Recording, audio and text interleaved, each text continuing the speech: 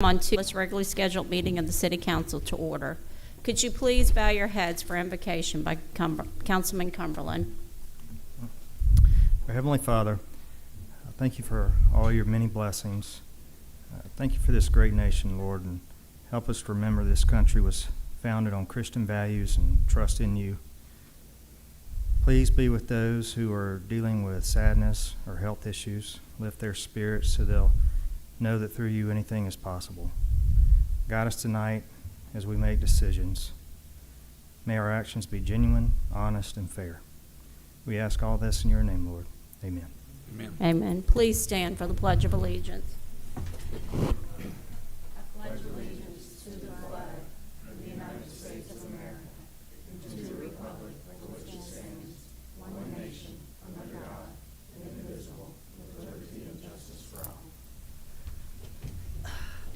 Mayor DePriere. Here. Councilmember Finley. Here. Councilmember Lisi. Here. Councilmember Cumberland. Here. Councilmember Clark. Here. Councilmember Marr is up. Could I get a motion to confirm or adjust agenda? Motion to confirm. Motion. Are you change? I would like to amend the agenda. Oh, okay. I'd like to remove item 8 from the consent agenda and move it to the action agenda. Okay. Could I get a second to move as amended? Second. Second made by Councilman Clark. All in favor? Aye. The next regularly scheduled meeting of the City Council will be held Tuesday, July 16th, 2024 at 6 p.m. in council chambers located at City Hall. City Hall will be closed on Thursday, July 4th and Friday, July 5th in observance of Independence Day. Next, we have Jason Kenichi with Kenichi Engineering doing a presentation on the canal dredging project, Jordan River Boardwalk, which is also known as the Waterfront Development Pier, and Montjoy Creek Nature Trail, Noma Drive Nature Trail, and Coon Branch. I would like to start with canal dredging, just as it's shown on the agenda.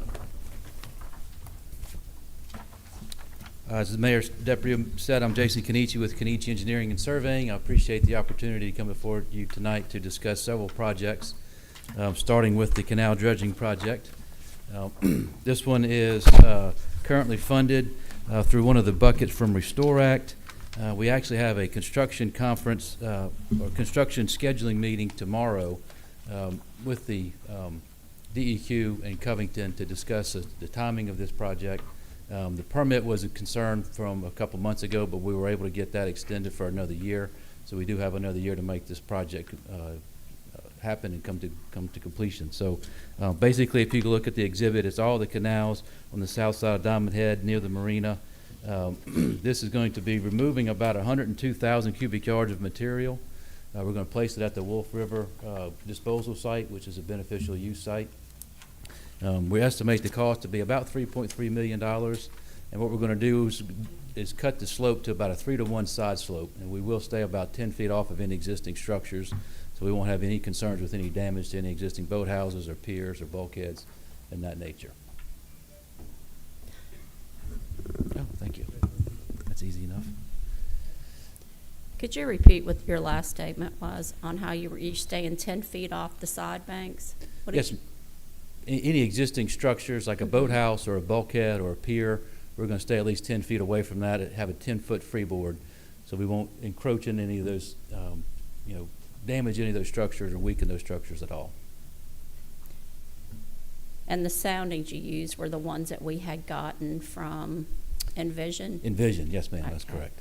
And then you came back with a depth of, is it general all along or It's going to be an average depth of about 7 feet. 7 feet? Okay. And we anticipate some other debris removal, so we do have pay items to cover any type of material that's not usable for beneficial use at the disposal site. And that was 3.3 million, Yes, ma'am. 102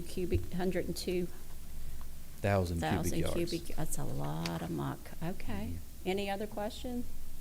Do you have an estimated start date? We'll know more about that tomorrow. The concern that we have is where we're going to dispose of material is very shallow, so we need to time it so that the contractor has easy access to that Wolf River site. Otherwise, they'd have to handle it multiple times, which would increase the cost. So the team's meeting tomorrow to discuss a schedule from that standpoint. And how long did you say you think the whole project would take? We have, I believe, 120 days for the entire project once the contractor starts. It's anticipated to start probably next spring, but we'll have all those details discussed tomorrow after we meet with DEQ. Thank you. Okay, I'll move on to the next project. Jason, can I interrupt one thing? Oh, sure, sorry. That's all right. We're still waiting on the Restore Council to actually approve this and give us a grant fund, a grant agreement. So it's as close to being funded as it can be, but we're still unfortunately having to wait on them. I think tomorrow's phone call is to determine the schedule so that they can then rewrite that in their plan. That is correct. Thank you for that. I probably should have mentioned that as well. Sorry about that. Yeah, that is a big factor. Yes. We need the 3.3. So the next one is the Jordan River Boardwalk. So this is really an extension of the Noma Drive Improvements Project. This is another Restore Bucket funded project. The permit application meeting, we've requested a pre-application meeting with DEQ and DMR and all the agencies. We're trying to have that set up, I believe, the week of the 8th. I think we finally got that scheduled for maybe the July 9th, the 10th. Somewhere that week, we'll finally have a pre-application meeting, so then we can talk about the schedule for the permit, what needs to be submitted, what they're looking for, any issues that they see with this project. But basically, it's about 1,200 linear feet of an 8-foot wide boardwalk, which wraps around from the canal outside of Noma Drive. It wraps out to Jordan River down towards the MDOT right-of-way. We will have an alternate bid on this project. We anticipate would be the fiberglass grading, the FRP grading, which is more sustainable and more durable in that atmosphere. We don't know what those costs are going to be, so we plan to submit that as an alternate bid and take that under advisement once we receive the bids. This has about 3 seating areas. We'll have some low-level lighting, a bird observatory, things like that, so that the residents of Diamond Head and the visitors have a nice area to go out to at the end of Noma Drive. And the estimated cost on this one is $1.8 million.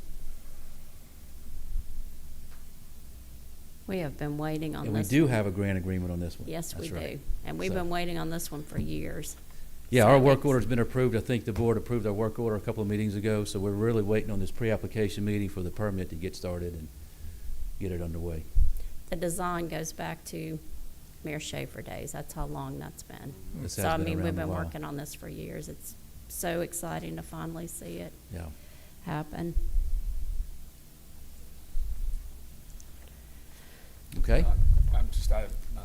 I know that the FRP grading is very expensive, but I think over time, I think there's a lot of cities that are Mhm. thinking, if it's for us, a relatively small project like this, it's kind of a no-brainer. Yeah. Yeah, I agree. It holds up extremely well to the wave action, the elements. Definitely. Mhm. Montjoy Creek, all righty. Montjoy Creek is an oldie but goodie. So we are working through the permit process. I think I was 5. I think when so. we started It's on been laid this. out a few times. So we are making some headway. The Corps of Engineers asked for some additional information on some of the wetlands. So we contracted with Culpeper to go out and do an inventory. He's working on that study right now. Once we have that information, we'll send that back to the Corps. I'm not real sure on the time frame on their review and the final issuance of the permit, but we are working with all the other agencies to make this project move forward. This is Tidelands funded. It basically consists of about 1,600 linear feet of grass path, and you can see that's the green section coming off of Diamond Head Drive north. It turns into gravel right there just to the north of Banyan Place, and then it continues to some wetland area where we'll have an elevated timber walkway going out to Rotten Bayou. Devil's Elbow, yes. There's also going to be some vegetation that we're going to place. some parking areas at the end of Banyan Place, and there'll be a pedestrian access ramp or pedestrian access bridge to connect to the gravel path at the end of Banyan Place. Is there any restoration of the creek included in this? There's going to be some restoration. There's sediment traps that we've discussed in the past, and those have been included in all the grant applications and the permit application. And so that's the form of restoration that we're looking at. We're also going to try to take out any of the high spots the sediment has accumulated. So once we have those sediment traps in place, that should eliminate any need for future maintenance of the creek. And the residents that back up to, that were concerned about having the nature trail, you know, their backyards are open to the creek. What did we decide to do to landscape that area? So there's a vegetative buffer, some clumping bamboo is what we're proposing along those property lines. And we do have that indicated on the site plan.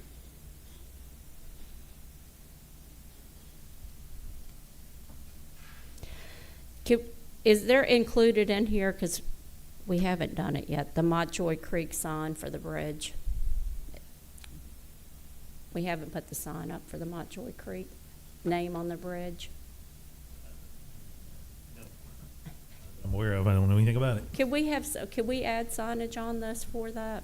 Because the creek is not identified anywhere. We all know it's Montjoy Creek because we've lived here for a long time, but people going over it do not know that's Montjoy Creek. We'll deal with that. Thank you.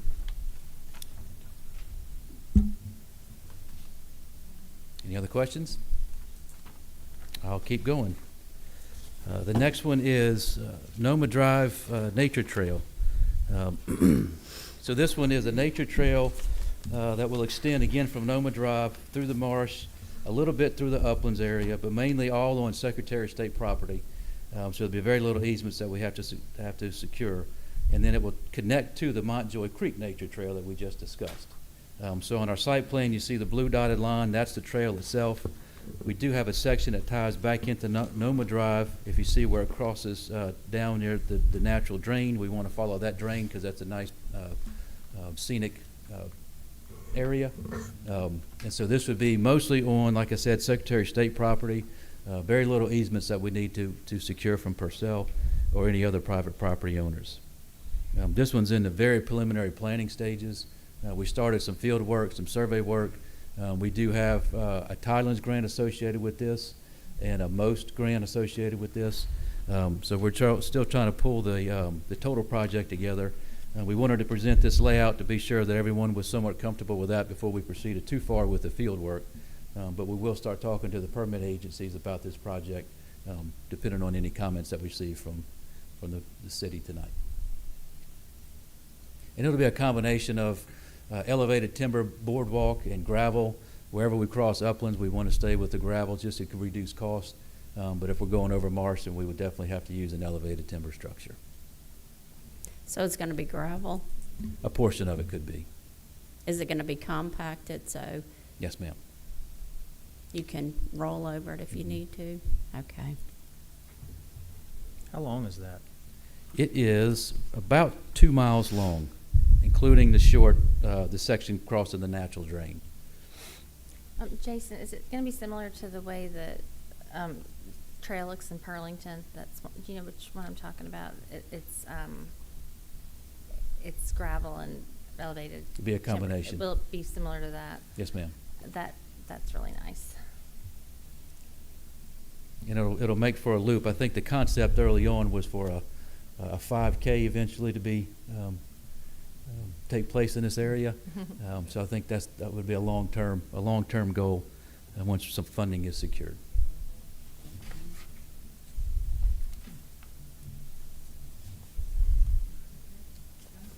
Make a nice annual run, huh?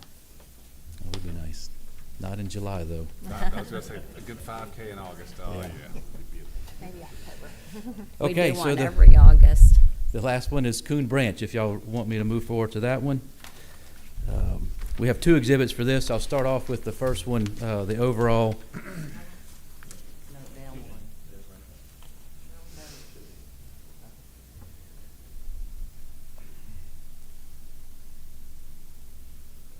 That'll work. Thank you. So this just gives an outline of the area that we've been surveying and studying with our water model. The red indicates undersized or backgraded or damaged culverts. So if you may have to zoom in pretty close to see some of these. There's a tremendous amount of improvements that's needed in this area. What we're doing now is mainly looking at the main crossings, the street crossings, any main drain crossings, to get those upsized and those corrected. So we do anticipate this project would definitely need to be phased purely from a funding standpoint primarily. We'll look at cost comparison between open ditches and closed pipe ditches, culverted ditches once we get to that point.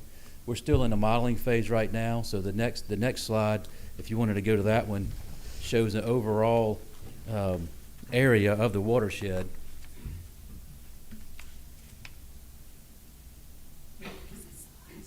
Yeah, that's it right there. So it does show that we have about 1,000 acres that drains ultimately to Coon Branch. And about 400 acres of that actually comes from Harrison County. The red, what we did here with our water model is this is the 25-year existing storm conditions. So basically the red or the darker colors indicate where we do have flooding just under the 25-year conditions.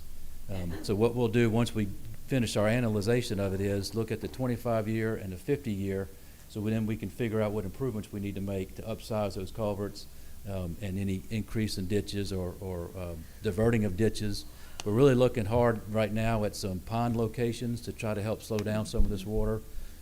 Coon Branch, there's a tremendous amount of erosion in that area. And recently, we've met with some members of NRCS to see if there's any additional funding opportunities to help with some of the sedimentation and the, any kind of ditch bank stabilization that we need to do in this area. So I think it's going to be a combination of funds because it's such a large area and there's so many improvements that are needed. We've also met with the county. Some of this goes through under Capilama and drains over to Mill Creek. So there's some improvements in that section that we are recommending, and so the county has that on their radar. And we believe they're looking at putting some funds in their budget to make some of those improvements as well. And like I said, we're still modeling this, so we don't have any real hard recommendations right now, but we do know from our survey data that a lot of those culverts are undersized or they're backgraded. So we have an idea of what those improvements need to be. But once we finish the model with the 50-year, and even we may even look at 100-year and see what we need to do to, if we can achieve a 100-year storm. Yeah, there's a gentleman on Kahana whose backyard, you can't even see grass when we get a hard rain. It looks like a swimming pool. Like it's fenced in, it's just solid, Completely flooded. deep water. It's so. Yeah, we get a lot of videos from residents Yeah, during rainstorms. it's terrible. And which we is really have- good information for us to have. We have for years, it's been going on, so that needs to be corrected. Okay, thank you very much. Jason, thank you. Thank you. Thank Sure. you. If you have any questions, just let us know. City managers report. Thank you, Mayor. Oh, yes. Just to give you a brief update on the projects we have out currently. The Park 10 Road, the contract for that is for 309 days with an end date of July the 10th. There is a change order on the agenda for tonight to give an additional 94 days to extend that contract to 403 days with a new end date of October the 12th. This additional time is needed due to some of the weather delays, but unfortunately also due to utility conflicts that is beyond the contractor's control. Bowview 2, the contractor's change order is also on the agenda tonight for your approval. If approved, the notice to proceed will be issued for July the 8th for the contractor to get started on that project. Kaliki Way, the contract is for 120 days with an end date of August the 6th. The contractor is working on I believe the last portion more or less of the project. Then he will have to come back and do final grading, hydroseeding and sodding of the areas that have been disturbed in this project. So there's still some work to be done there, but all the ditches and or pipes that are being installed, I believe he's close to being finished on all that. Bayou Drive, that project was for 90 days with an end date of August the 4th.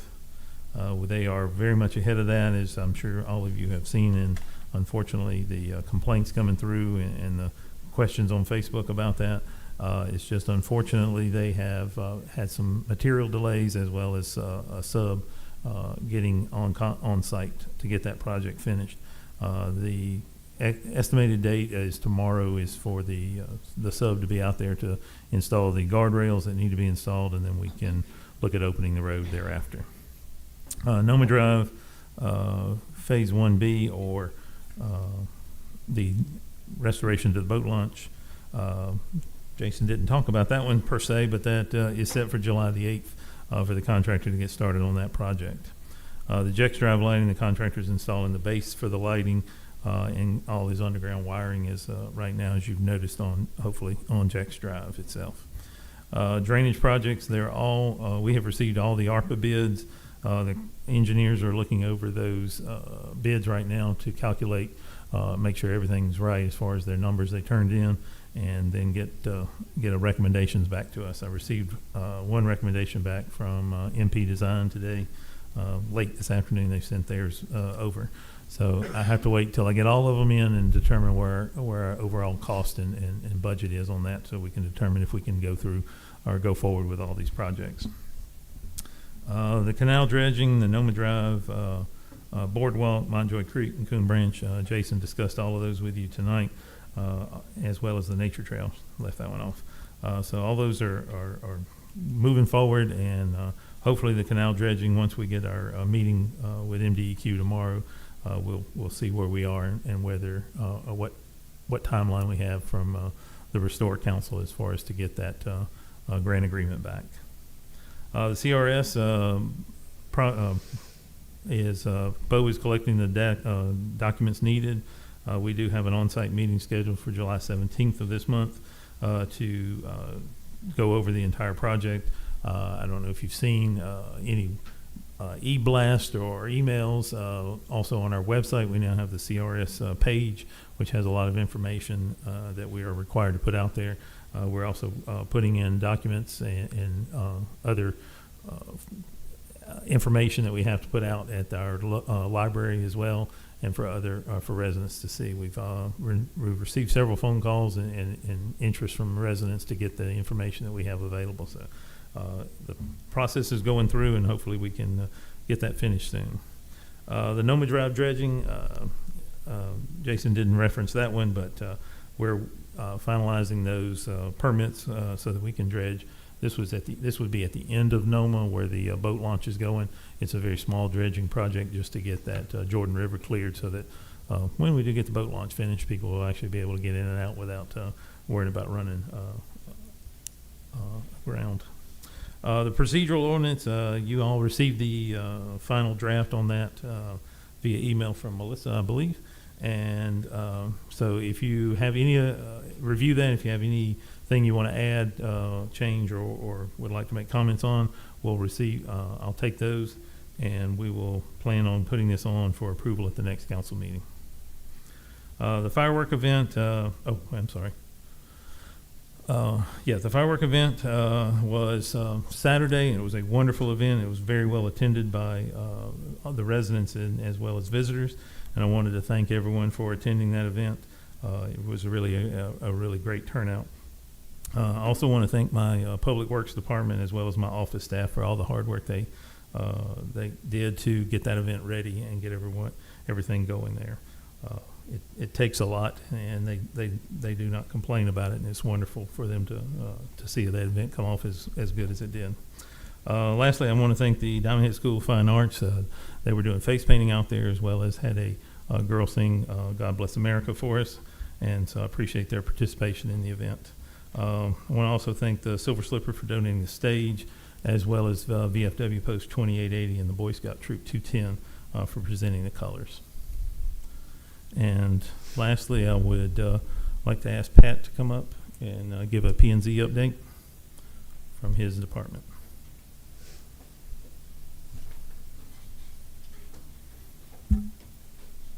Good evening, council.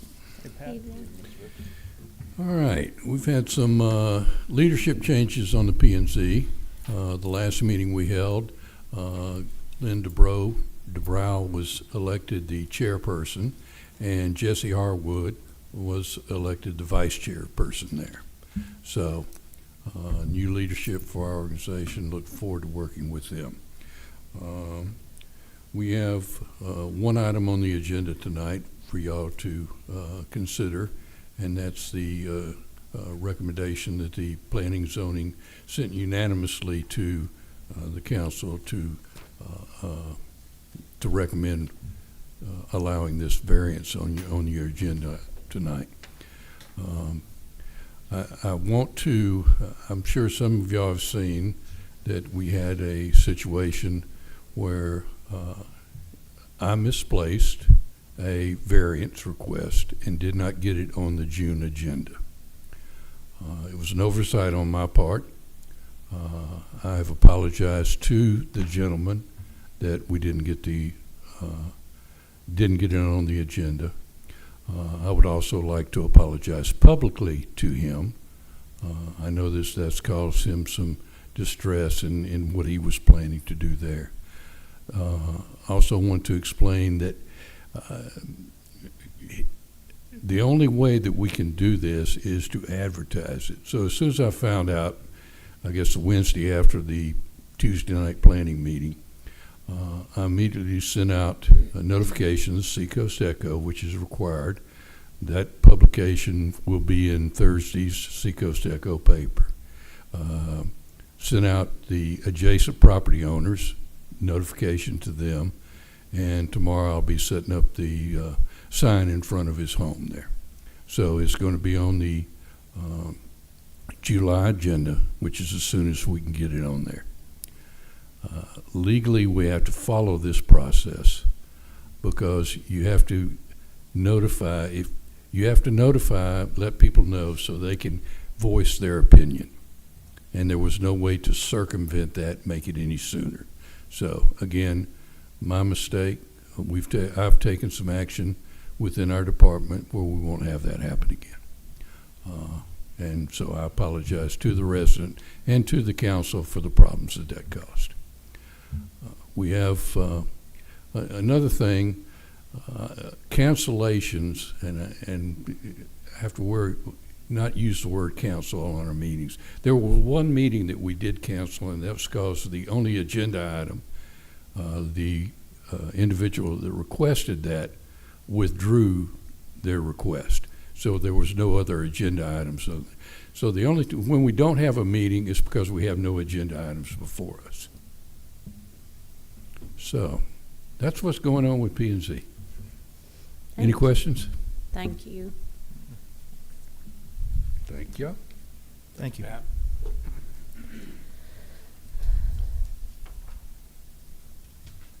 City manager questions. Any, Councilman Clark? Councilman Finley? No, ma'am. Councilman Lisi? No. Councilman Cumberland? No, ma'am.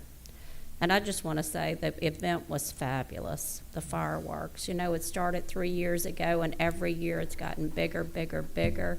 And I want to give a shout out to the police department because you moved traffic like I've never seen it moved. Thank you, Diamond Head Police Department. It got out so quick, nobody waited. It was wonderful. Great night all around. Thank you, everyone. I didn't have any questions, but I would like to reiterate that. I know, it was the wonderful. Staff, everyone involved, thank you, because it really went smooth, and everyone was super happy with the result. Thank you. Excellent. Yes, thank you. All right, public comments. Leo?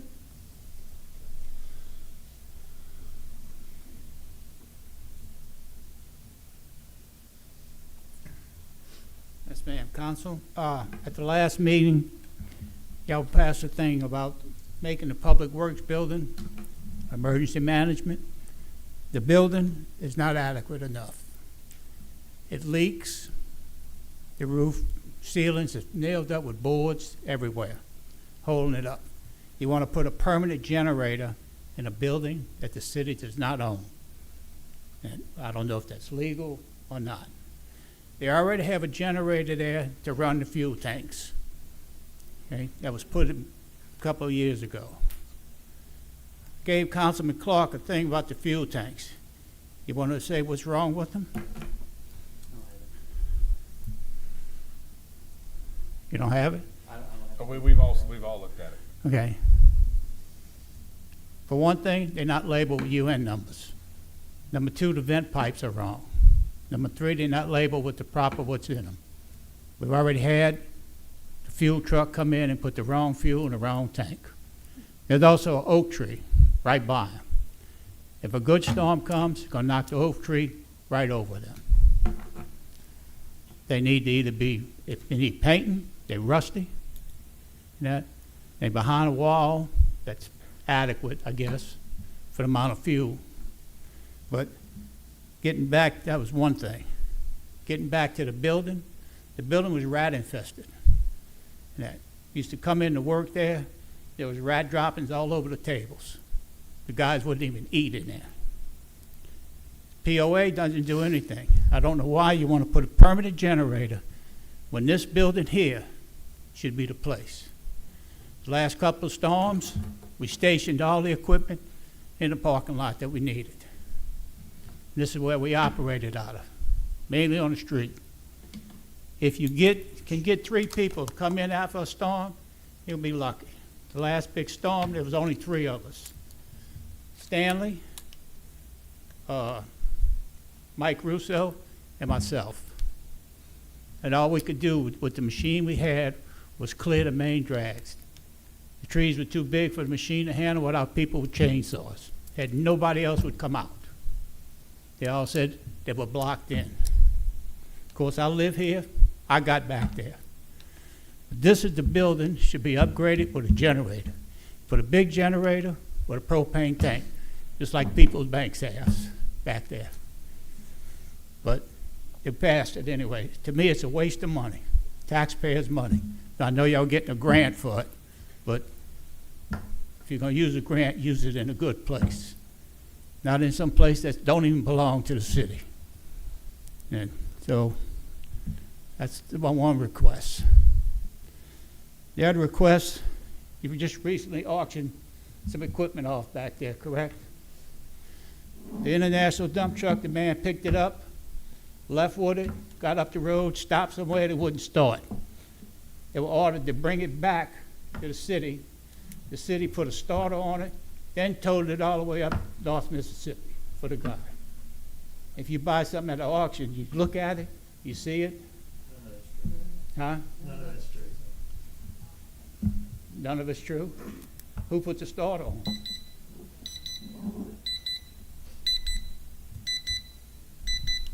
No. Thank you, Leo. Okay.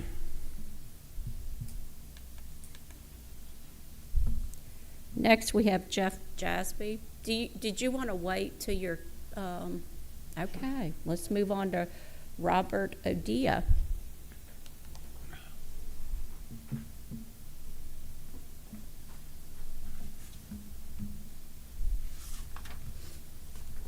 Visual aid's good. Why is this thing not working? Thank you. Thank you.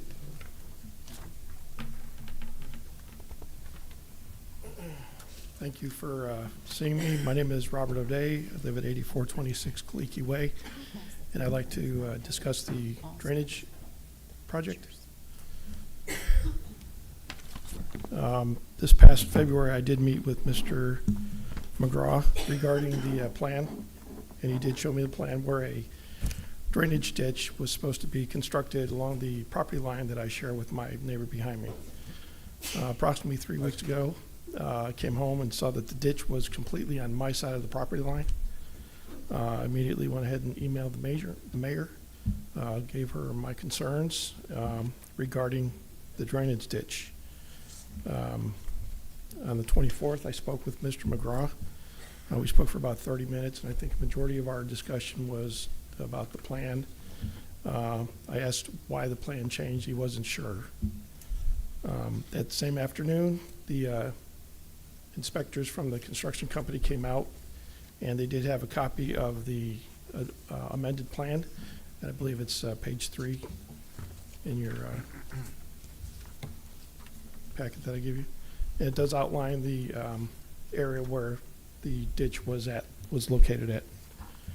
The mayor and Councilman Mayor did come out on Tuesday, and basically the Mayor, if I can go ahead and quote you, said my yard was pretty much destroyed. I talked with Mr. McGraw when he came out again on Friday, and he had the engineer that came out with him. And I did say I wasn't sure why the plan changed, and she seemed to be unaware that the plan had changed. Again, I asked why the plan changed, and he didn't know. And this is, I never did sign a right of entry either. So I would like my yard, if possible, returned to the way it looked prior to the construction.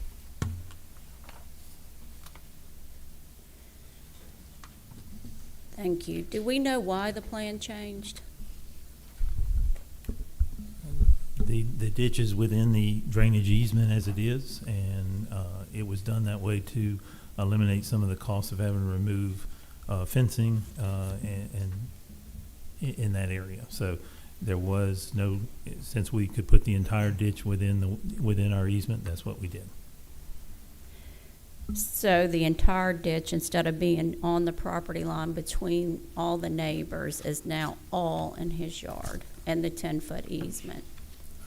That is correct. It's within the easement, yes, ma'am. But And his yard is already narrow, so when you move the whole ditch to his backyard, he doesn't have any room from the patio to the ditch. It all went in his yard. So, and the other issue with this home is his home drops off. How many feet do you walk down steps to your? It's probably about a 3-foot drop, but I've never had any drainage issues at all.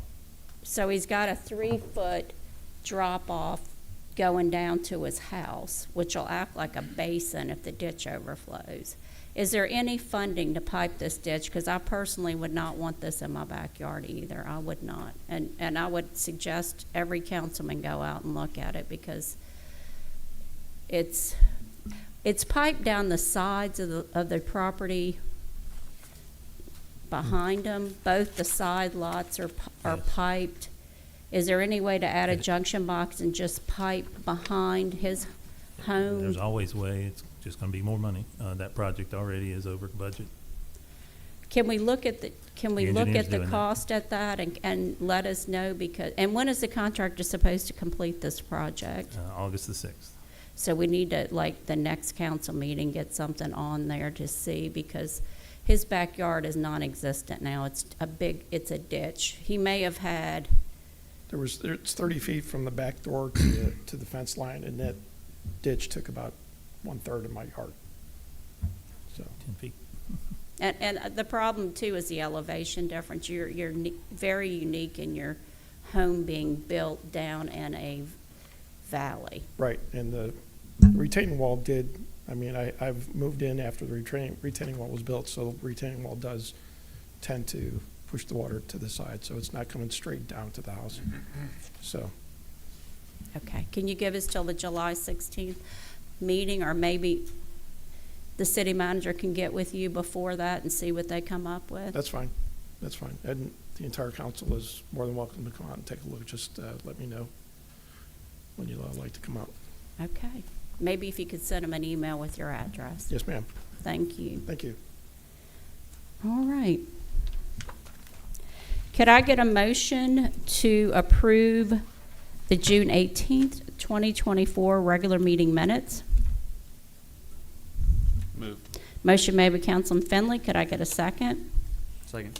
Second made by Councilman Clark. All in favor? Aye. Resolution 2024-168, motion to adopt Resolution 2024-030, thereby authorizing the city manager to make an application to the Mississippi Department of Marine Resources for FY25 Go Mesa funding in the amount of $2 million for Phase 3 Bank Stabilization Project and for other related purposes. Motion? Move. Motion made by Councilman Cumberland, second. Second. Second made by Councilwoman Lisi. Any discussion? Councilman Cumberland? No, ma'am. Councilman Lisi? No. Councilman Finley? No, ma'am. Councilman Clark? No, ma'am. And we did see in the budget, there was a $400,000 match. It is allocated in the FY '25, so city No, clerk. no, ma'am, not for this one. That wasn't, that wasn't, that's the No. one I asked. Gomez says no. 100%. That's right. This is Gulf Coast Restoration, the one we Well, did. what was the 400 I asked about on the That's- budget? That's number 4. Okay. Oh, that's right. I'm sorry. Go ahead. City clerk. Finley, Yes. Lisi, Yes. Cumberland, Yes. Clark, Yes. Mayor. Yes. And I was looking at this one when I said that. Motion to adopt Resolution 2024-031, thereby authorize an application to the Mississippi Development Authority for the FY '24 Gulf Coast Restoration Fund grant in the amount of $2.4 million, 80% of $2 million GCRF share, and 20 for $400,000 local match funding for the Commercial District Transformation Project, more specifically Jex Road and Live Oak Drive, and for other related purposes. Motion? Move. Motion made by Councilman Finley, second. I'll second it. Councilman Finley, any discussion? No, ma'am. And I don't have any discussion. This is the 400 that I discussed earlier. Councilman Clark? No, ma'am. Councilman Cumberland? No, ma'am. Councilman Lisi? No. City clerk? Finley, Yes. Lisi, Yes. Cumberland, Yes. Clark, Yes. Mayor. Yes. Motion to concur with the Planning Commission recommendation to approve a variance from the zoning ordinance to allow the addition of an attached green porch within 15 feet of the rear property line on the golf course. The property is located at 7428 Turnberry Way. The tax parcel number is 06771350083.000. The property is in an R10 zoning district. The rear setback is 20 feet. The variance is for 5 feet. The case file number is 2024-00258. The Planning Commission voted to recommend 6-0. Motion? Motion. Motion made by Councilman Clark, second. Second. Second made by Councilman Lisi. Any discussion, Councilman Clark? No, ma'am. Any discussion, Councilman Lisi? I think this is a good idea. The Planning and Zoning Commission was for it. It will blend in perfectly with the house, and because it backs up to the golf course, you won't even be able to tell. Councilman Finley? No, ma'am. Okay. And I don't have any comments. City clerk? It's actually just an action agenda. Okay, all in favor? All Did right. you want to say anything, Joe? You don't? Okay. I saw the pictures in the pamphlet. It looked very clear. I ride by that house 1,000,000 times. It's in a great location for us. It needs a screened-in porch. That will look very nice. Thank you. Okay, all in favor? Aye. Motion to approve consent agenda items 6, 7, 9, 10, 11, and 12. Move. Motion made by Councilman Finley, second. Second. Second made by Councilman Cumberland. City clerk, can you do a roll call? I can. Thank you. Finley, Yes. Lisi, Yes. Cumberland, Yes. Clark, Yes. Mayor. No. Action agenda item number 8, which is now 2024-17 under consent agenda. Motion to approve work assignment under the master service agreement with Covington Engineering LLC not to exceed $18,600 for Diamond Head Drive East / Golf Club Drive intersection study and High Point signage review. Motion? Move. Motion made by Councilman Finley, second. I'll second it. Discussion, Councilman Finley? I just feel, we just finished the paving project. I think,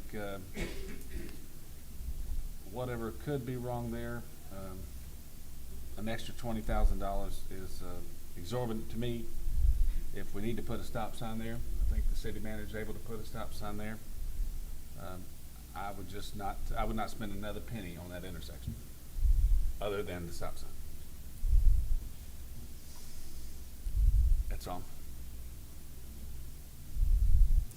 Okay, and I'm going to say it needs to be, in my opinion, and it's just my opinion, you know, a 3-way stop sign would be a solution there because people are not using their blinkers. They're not. They're just, everybody's in a rush going every which way. But I do realize the impacts of changing something and the liability of it. So I'm in favor of having the engineers review it because they may look at it and see something totally different than what we're all seeing. We're out there driving it, we see. And I'd like them to look at the storage coming off of Golf Club, because if you have a big truck, you can't make that turn. I mean, you have to back up, or maybe it's probably hard with a truck and a trailer. Very difficult. So I'd like to see it studied, and it's too busy of an intersection not to review it closely. That's just my thoughts. Councilman Clark? No, ma'am. I'm good on comments. Okay. Councilman Cumberland? I go through that intersection quite often. I have not had a problem with it. I've seen trucks go through it, school buses go through it. I agree. I don't think anything has really changed with it other than you turn a little bit. I think you have a little more visibility the way it is. So I thought it was a pretty good design to begin with. Why is this on the agenda? For the first part of it, it was to study that intersection, to put a stop sign, make it a three-way stop. Currently, it's a two-way coming off Golf Club and headed west on Diamond Drive East. Mm-hmm. So the idea would be put a third stop sign there on Diamond Drive East as you're headed east. And so I was getting the traffic engineer to study that and make that determination. As Finley said, if he wants, I'll just I'll go put one out there. That's what the council wants to do. All right. Councilman Lisi? No, thank you. All right. Roll call, City Clerk. Finley, No. Lisi, No. Cumberland, No. Clark, No. Mayor. I say yes, definitely. That intersection is a nightmare, and I saw a horrible wreck there, and I don't want to see that again. So, is this not going to be for the High Point signage either review? How did that come up, the High Point signage review? The HOA asked to review the signs within Okay. the High Point. Would it be the council's agreement that to go ahead and put a stop sign up there? Is that what you would rather see instead of doing the study for it? I hate to put that liability on the city. I Yeah, mean, before we do that, I would, remember our ordinances talk about the city traffic engineer looking at anything. So before we start placing right. stop signs, I'd like to just remind you all of that. So that would be something that we could review in-house? Yeah, the city traffic engineer would have to take a look to make a recommendation to y'all, so. But I think that's what this essentially was for. I think you're correct. And without that, we don't have, it puts the liability back on the city. Not that we're trying to send it to the engineer, but No, that's what they do. They're traffic engineers. No, it just says, at this point, it just says that you're not going to study putting a stop sign there, and that's it. It's not about liability at all. It's if you're gonna follow the ordinance, get the traffic engineer to make a recommendation. If you don't want a stop sign there, don't have him do the study. I think those are the. Well, the motion was up to $18,400. Is it, John, is it really, do you think it's really going to cost that much? That I can't say. Because I think That everybody's was just concerned the about recommend. safety and liability, but we're Yeah. trying to be fiscally responsible, and Right. it seems like a lot of money to just, Right. That was the work assignment that was given from the engineer. so maybe there's a way to, I To can get the discuss cost that with down, them I to don't see know. if they would want to alter that recommendation. Okay, moving right along. Action agenda item 2024-175, motion to amend the Planning and Zoning Commission responsibilities to include the additional role of architectural review for commercial projects prior to plan approval. so moved, Could I get a motion? so moved. Motion made by Councilman Lisi. Could I get a second? Second. Second made by Cumberland. Councilman Lisi, discussion. Thank you. Several months ago, I brought up the possibility of the city creating an architectural review board. The POA historically had one, and we kind of it didn't go anywhere after that discussion. So I've talked to Pat Rich, I've talked to John. What would be a good way for the city to review right now, just commercial projects for their compliance design-wise with the new zoning code that we just passed and our 2040 plan and what we want to see. And after, everybody having talked, we thought maybe a good way to try to achieve this is to get the planning and zoning commissioners to review these projects and, for design specifications too, so that it's not just a couple of people in the building department having to look and make those decisions. Because even though we have some very specific, design guidelines now, there's still an amount of subjectivity, and I think this is a good way for us to, try to make sure that new construction in the new area happens the way we want it to happen, that plans are followed, and I think that, we need to see, detailed plans when people come in for approval. We need to see color renderings. We need to know exactly what they're gonna look like when they're finished, so there aren't any surprises. And I think that we are, we're at a crossroads. We have a blank canvas in this new area, and we've got one chance to get it right, and I think this is a good way for us to kind of, get control of that. So that's why I put it on there. Councilman Cumberland? Yeah, with the current Planning and Zoning Commission, their the kind of description of what they do, how do you see that fitting into adding to their role? This would be, I'm going to say that they would just, if someone wants to build something in a commercial district, they would just make that, present those plans to the building department, and just like a variance or anything else, it would then be sent to planning and zoning for them to review and make a evaluation of, to see that it follows all the current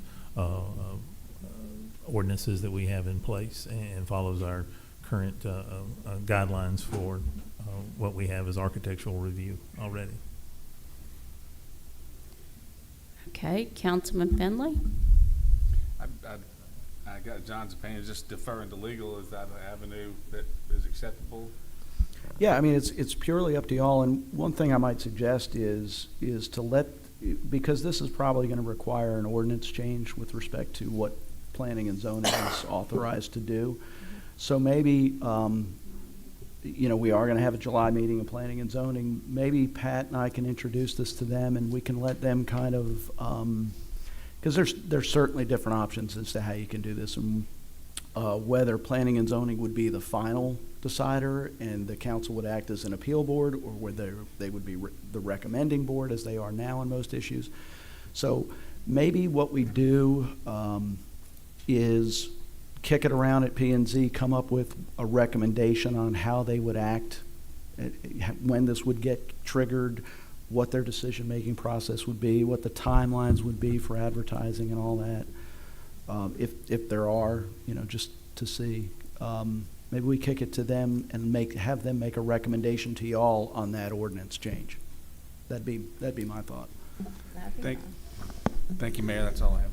Okay, Councilman Clark? I agree with that. Okay, and my thoughts on this is the Planning and Zoning Commission has never been in place to be an architectural review committee. That's a totally separate function and totally separate. The Planning and Zoning Commission works directly with Pat Rich, which works directly with the office staff, which have already looked at what is allowable. And currently in the commercial, we only have one zoning, C1. Everything is C1 because we didn't do anything with the Aloha District and the special facades and things that go along with that. So the Planning and Zoning Commission, looking at the commercial projects from the as an architectural review, is pretty much the same function we're having now. It's the same process. So I don't see that we will see anything different keeping it under the Planning and Zoning, but looking at getting an architectural review committee separate from the Planning and Zoning to look at things separate, I'm on board for that. It's just my thoughts. So do you want us to table this so you can look at? No, I'd recommend sending it to planning and zoning and for a ordinance recommendation, like we do typically when we consider things for ordinance changes. That'd be my recommendation. And I think that's what it is. I mean, is that, Councilwoman, is that your motion, is to send Yeah. it to P and Z to? That is fine, and if we need to clarify that language to make it say that's fine. My thing is, I just want eyes on design. I want things to look harmonious and attractive, and I want us to get it right. So if this is, a good way to, let's, try it this way and see if it works, and maybe we will need to have a separate board, which would be fine. I just want somebody to be paying attention to design, more so than we have right now. So, legal, how would you recommend we rephrase that, or I rephrase that? A motion to amend it to send to the Planning and Zoning Commission for a recommendation on amending the ordinance to. Okay, I make that motion. I amend this motion to reflect that language. And if they want to, I think we need to include this, if they feel they don't want the responsibility of that, then we need to look at doing an architectural review committee standalone and have people on it like Jeff that are in construction. Which is what I wanted to do last time, and you said no. Well, because I feel that's a better solution than this solution, because this is going to be the same outcome. Mhm. All right, City Clerk. So we have a motion to amend. We have a Uh-huh. motion by Anna to amend This is going to the Planning and Zoning for recommendations. Correct. on an ordinance change. Yes. Okay, so y'all have the wording as amended. We do. Councilman Cumberland, you still second that as amended? Yes, ma'am. Okay, all in favor? Aye.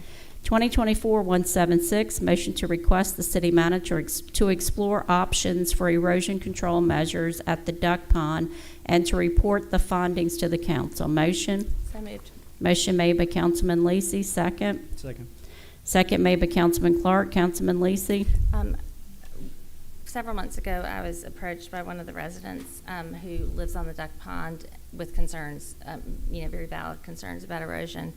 And, they need some help. And I know that at that time, the city didn't have control of the duck pond, but we do now. Is that correct?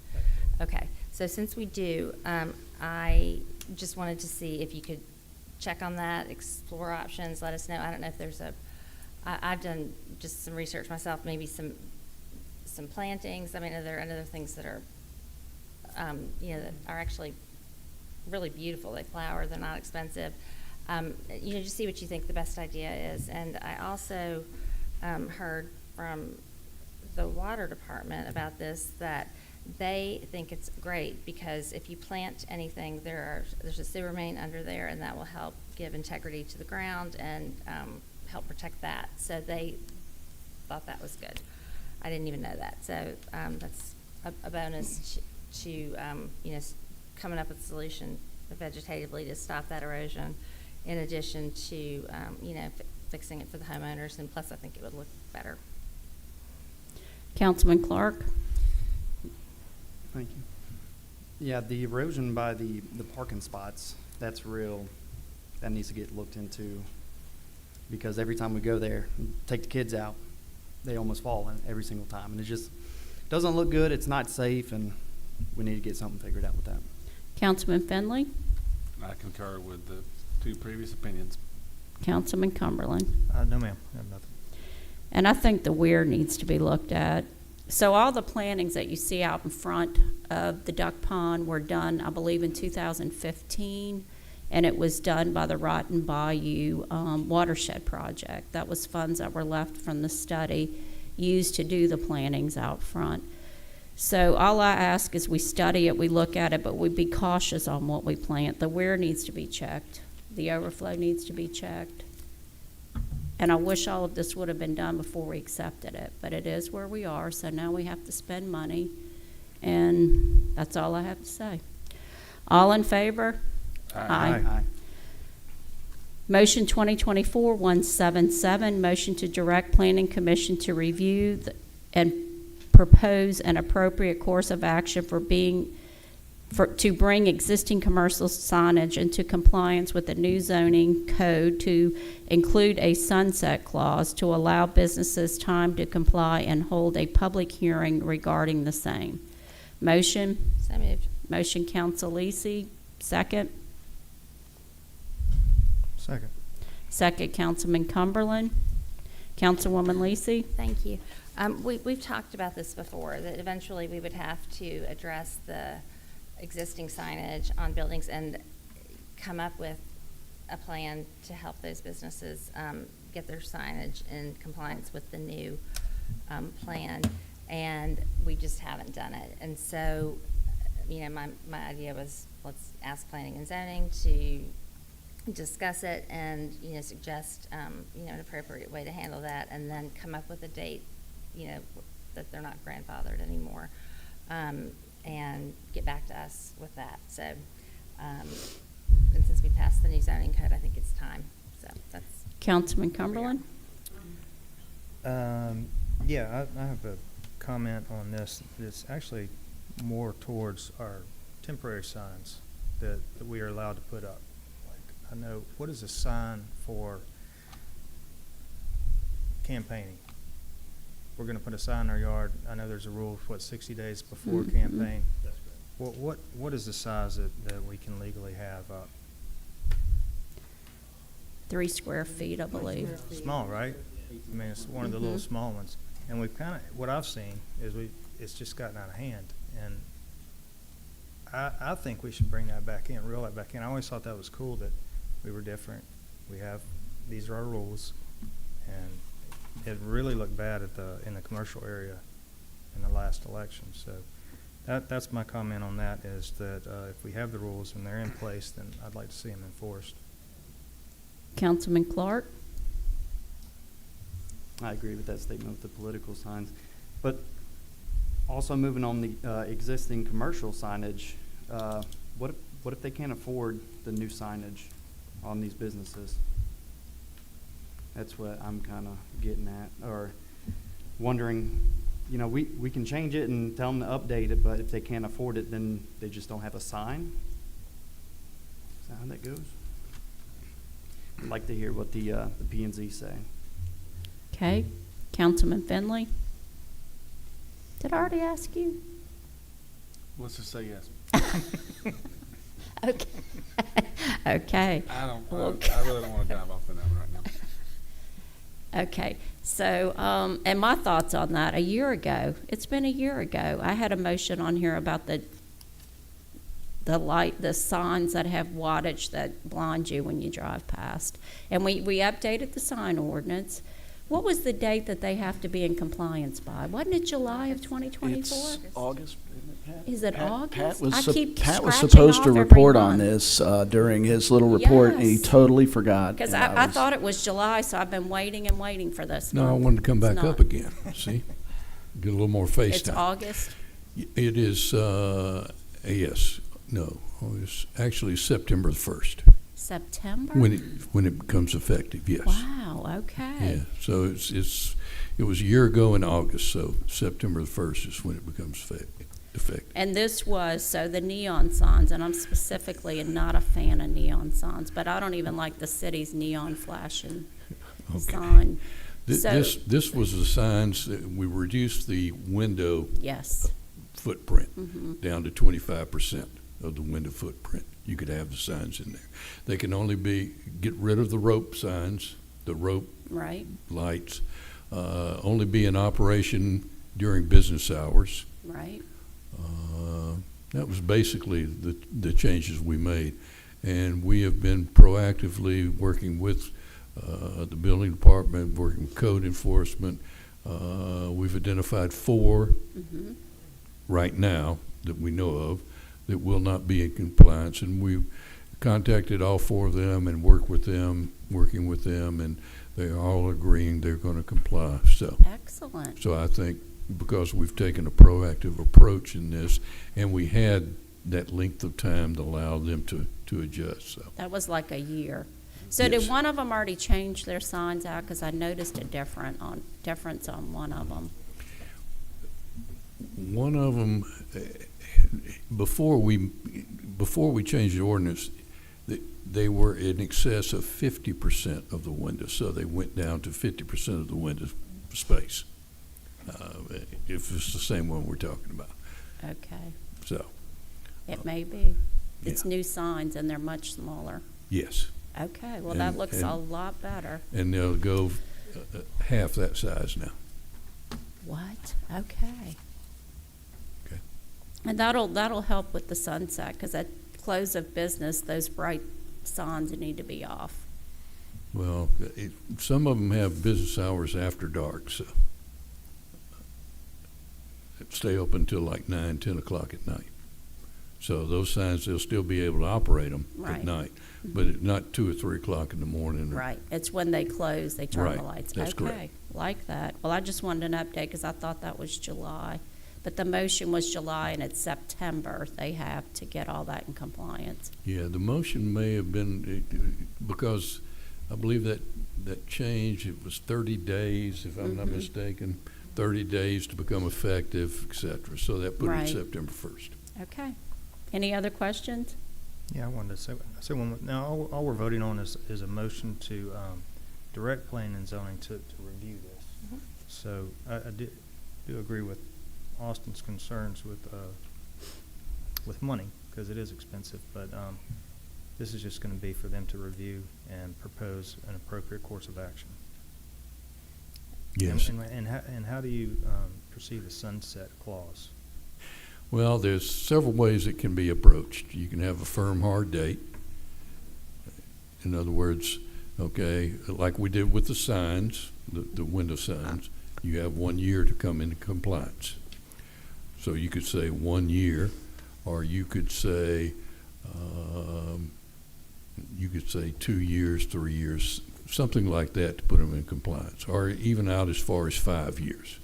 And the way it's written right now is that your non-conforming signs can stay the way they are until they're either changed, they're damaged more than 50%, that type of thing, and Right. then they have to be replaced. So, and I think that's the concern, is that this has been our ordinance now for, gosh, maybe 7 years or more.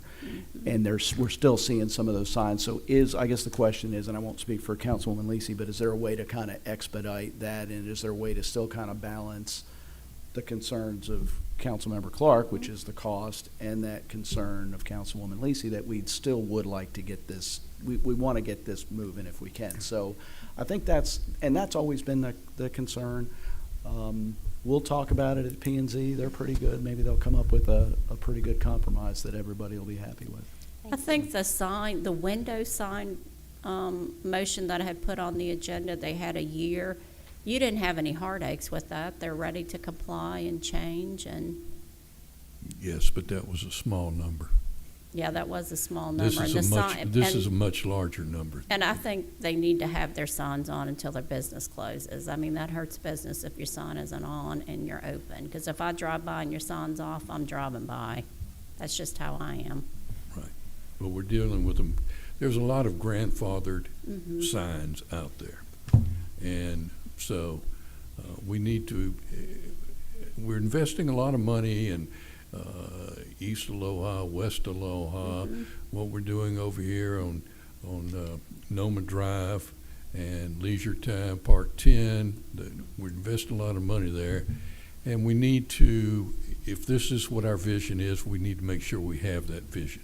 Now, we will with those businesses coming up there, because there are no businesses there. But for those that have the older signs, we probably it's time to go ahead and do a sunset clause on it and come up with formulate some way. I've talked to Bob Barber about this some, and we've discussed ways that we could do this. So with your approval, we'll bring it up before the Planning Commission and try to come up with a plan. All right, thank you. You're welcome. So we've discussed it. All in favor? Aye. Claims payable. Motion to approve docket of claims DKT 231865, DKT 231893 in the amount of $97,867.75. Motion? Move. Motion made by Councilman Cumberland, second. Second. Second made by Councilman Finley. City Clerk. Yes. Yes. Yes. Yes. No. Motion to approve docket of claims DKT 231894 in the amount of $424.29. Motion? Move. Motion made by Councilman Finley, second. Second. Second made by Councilman Clark. All in favor? Aye. We don't have any non-agenda because I think I lumped them all together. Any closing comments, Councilman Clark? No, ma'am. Councilman Finley? No, ma'am. Councilman Lisi? Nope. Councilman Cumberland? No, ma'am. Any need for executive session legal? With this being said, could I get a motion to adjourn till 5:30 on July recess? I'm adjourning. I'm not recessing. We're going to recess. A motion to recess till 5:30 July 16th, 2024. Motion. Motion made by Councilman Clark, second by Councilman Finley. All in favor? Aye.